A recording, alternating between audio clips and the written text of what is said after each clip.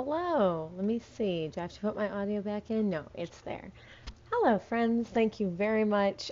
Huge shout out, of course, to Josh for streaming for the last hour and a half and for beating Radon and for breaking $300 fundraise during that stream. He reached the $300 mark, which means I'm so excited to see the tattoo he's going to get. He said he's going to get a tattoo and do a 24-hour stream for that. So already hitting some milestones and getting them out of the way. Speaking of milestones, I would be remiss if I didn't say that our next streamer is, I believe, the only streamer other than me who has been on every single one of our streams so far. I do want to give a shout out to Judge JLo, who was not able to stream, who is the other OG, like foundational member of our Extra Life virtual Pride Parade. The very first year, it was Judge JLo, it was me, and it was Michaela, who is going to be our next streamer coming up. But before I toss it over to Michaela, one of our most tenured and just one of the just coolest of our Extra Life Chicagoers. I want to talk little bit, just touch on kind of where is all this money going. So we've done a lot of fundraising. I see that number. I can still figure this out. There it is.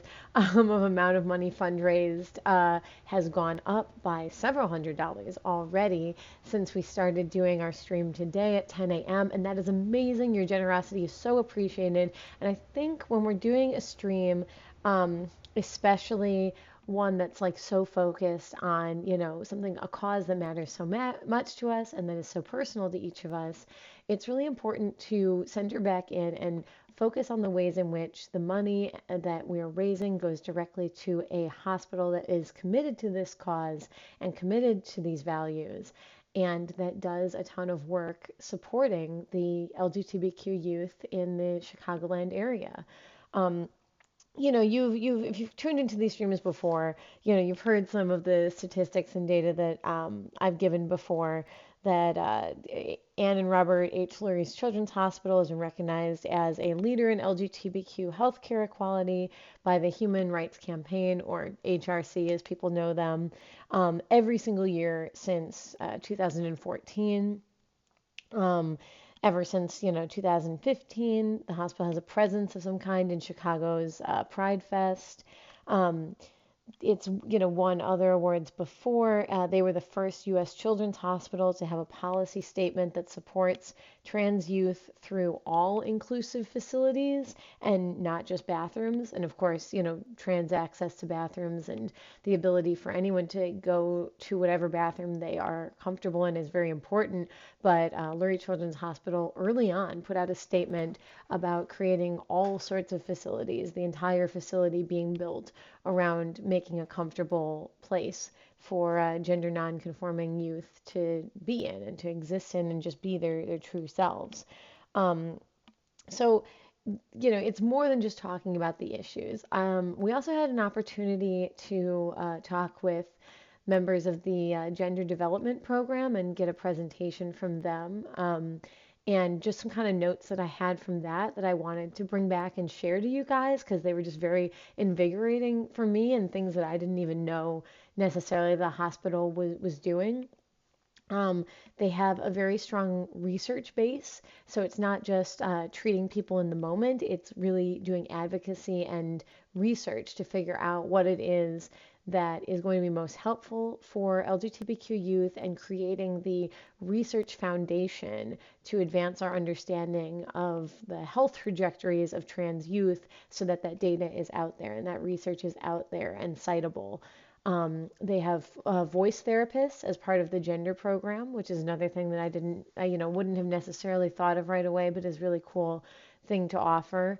And they also mentioned that the Human Rights Campaign Healthcare Equality Leader designation got it in 2024 as well. They brought that up, and also that the HRC giving that award is based not only off of the services that, Lurie Children's Hospital provides, but also off of the benefits that are offered to its own employees in support of the medical needs of the doctors and nurses and staffers who help the hospital run and are part of that community, absolutely intrinsically. Um, the hospital is working right now to incorporate the legal sex of X into electronic health record after a law that was passed in Illinois several years ago, and they've just been a leader in making that transition happen. They've been doing staff trainings on LGBTQ topics at the hospital, including 20 gender inclusion trainings that they facilitated to Chicago public schools and schools in the area, suburban schools, in the past year. And then they also said that they were very proud of having provided some training and technical assistance to the Girl Scouts of Illinois and Indiana, which I think is really fun because I was a Girl Scout.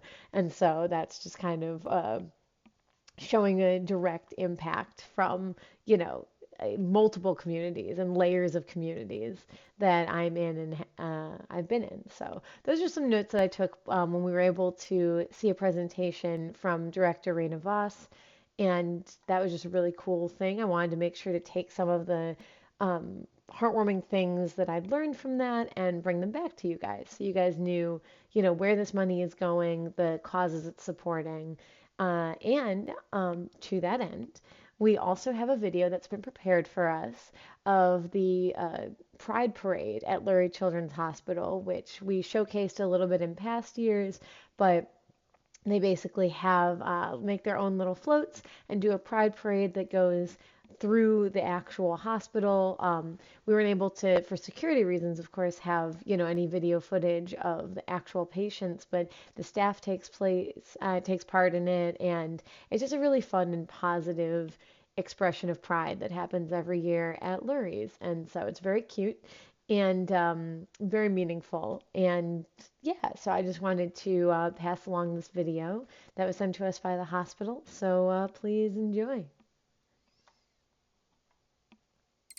Audio Jungle. Audio Jungle. Audio Jungle.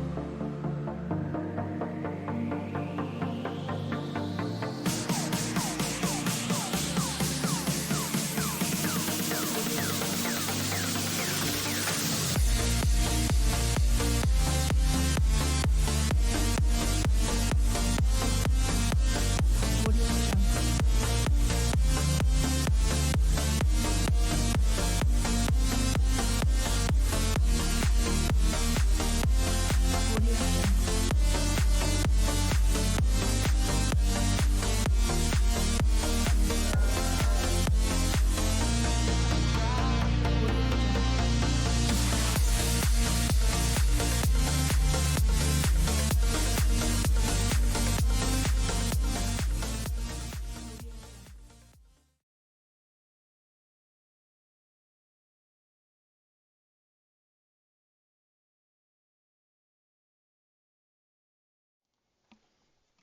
So cute. Oh my gosh, I love it. But yeah, so that's just a good show of like what it is that Lurie's does and the ways in which they find good ways to celebrate. Having visited the hospital, a few times myself, gotten to sit in for the Drag Queen Story Hour last year.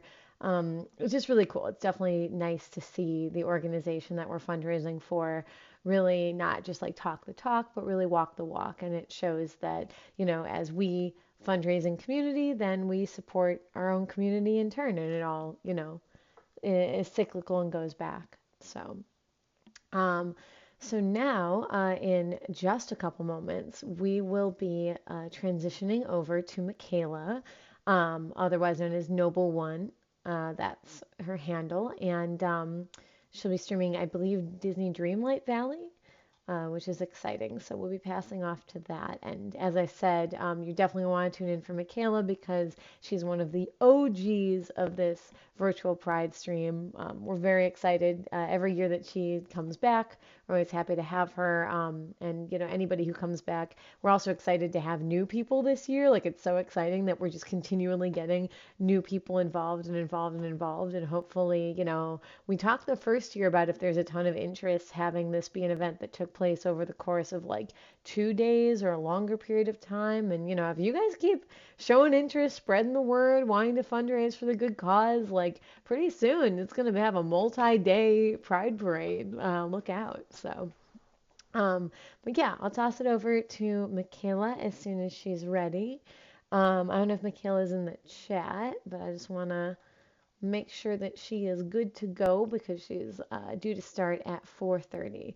So in the meantime, I want to just kick it over to a real quick video just about what Extra Life is and transition us over to Michaela's stream. Okay, thank you guys.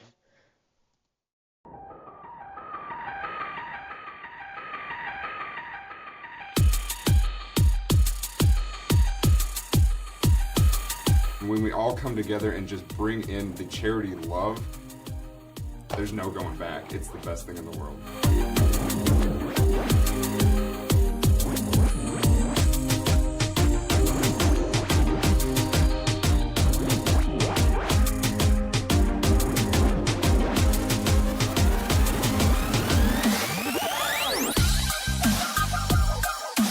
My passion for this stems from when two of my kids were born, they had to spend a lot of time in the hospital.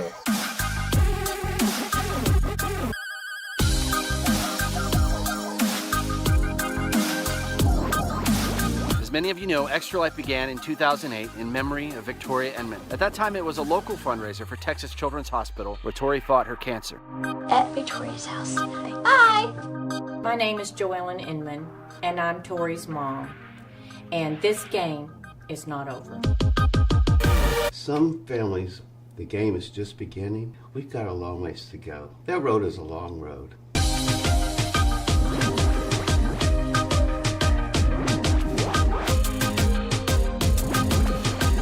This is your Extra Life money in action.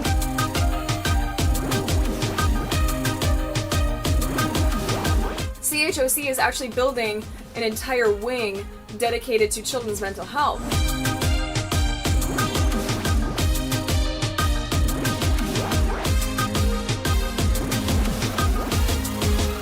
I play video games. I raise money for Extra Life. I am streaming for Amy. El 100% de ese dinero se queda local en tu hospital o fundación a la que tú representes.